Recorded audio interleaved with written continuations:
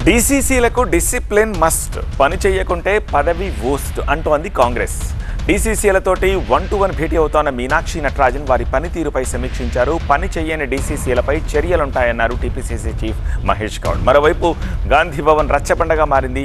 నియోజకవర్గాల పంచాయతీలన్నిటిపై అధిష్టానం ఫోకస్ చేసింది. గొడవలొద్దని సర్ది చెప్తోంది.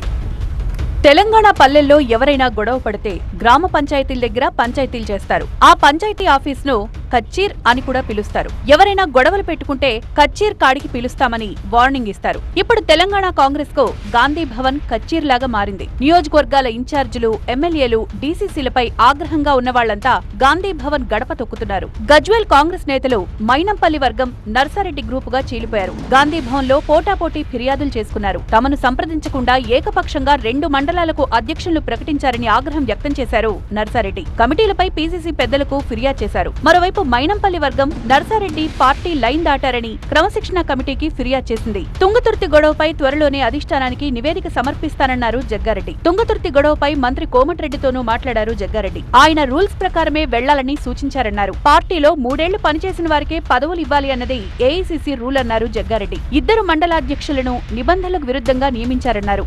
5 ఏళ్ళు 6 ఏళ్ళు ఉన్నోళ్ళని తీసేయాల్సిందే.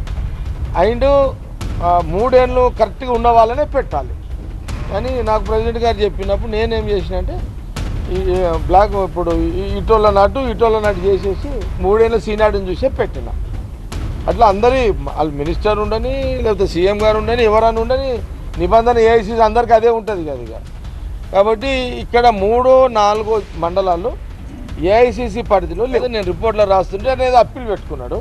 అప్పీల్ కూడా రాసినాడు. అట్లా 20 తారీఖు సబ్మిట్ చేసేస్తా, పీసీసీ ప్రెసిడెంట్ గారికి చేసేస్తాను. వెంకటరెడ్డి గారు పెద్దగా దాని మీద ఇక అది మనం ఆయన ఎందుకో మరి పెద్దగా ఇన్వాల్వ్ అవుతలేడు. కాకపోతే కొంత ఆ నియోజకవర్గాల సీనియర్స్ ఉన్నారు కదా, 30-40 ఏళ్ళు ఉన్నారు, పలానా ఉన్నారు. మరి దాన్ని ఎట్లా చేస్తారో చూడండి. ఇక యాజ్ ఎ మినిస్టర్గా నేను ఎక్కువ ఇన్వాల్వ్ అయితే బాగుండదు. ఇక నేను సీనియర్ నాయకుడిని, నేను దీంట్లో నన్ను పెద్దగా ఇబ్బంది పెట్టద్దు కొంత అని చెప్పి వారి అభిప్రాయం. ఈశ్వరమ్మపై శివచరణ్ రెడ్డి అనుచిత వ్యాఖ్యలు చేశారన్న ఆరోపణపై జగ్గారెడ్డి, మధుయాష్కి, నరసింహారెడ్డితో విచారణ కమిటీ వేసింది అధిష్టానం. కమిటీ ముందు విచారణకు హాజరైన ఈశ్వరమ్మ బీసీలను అవమానించిన శివచరణ్ రెడ్డిపై చర్యలు తీసుకోవాలి అన్నారు. మరోవైపు తన వ్యాఖ్యలపై కమిటీ ముందు విచారణకు హాజరయ్యారు శివచరణ్ రెడ్డి. మరోవైపు డీసీసీ అధ్యక్షులతో 1-to-1 సమావేశాలు నిర్వహిస్తున్నారు మీనాక్షి నటరాజన్. డీసీసీల పనితీరును సమీక్షిస్తున్నారు. ఇప్పటి వరకు చేసిన పనిపై ఆరా తీశారు. నేతల మధ్య వర్గపోరు లేకుండా చూడాలన్నారు. గురువారం కూడా డీసీసీలతో సమీక్ష కొనసాగనుంది. మండల కమిటీల నియామకంలో డీసీసీల నిర్ణయం ఫైనల్ అన్నారు TPCC chief Mahesh Kumar Goud. DCC అధ్యక్షుల పనితీరుపై సమీక్ష చేస్తున్నామన్నారు. పనితీరు బాగోలేకపోతే చర్యలుంటాయన్నారు మహేష్ గౌడ్.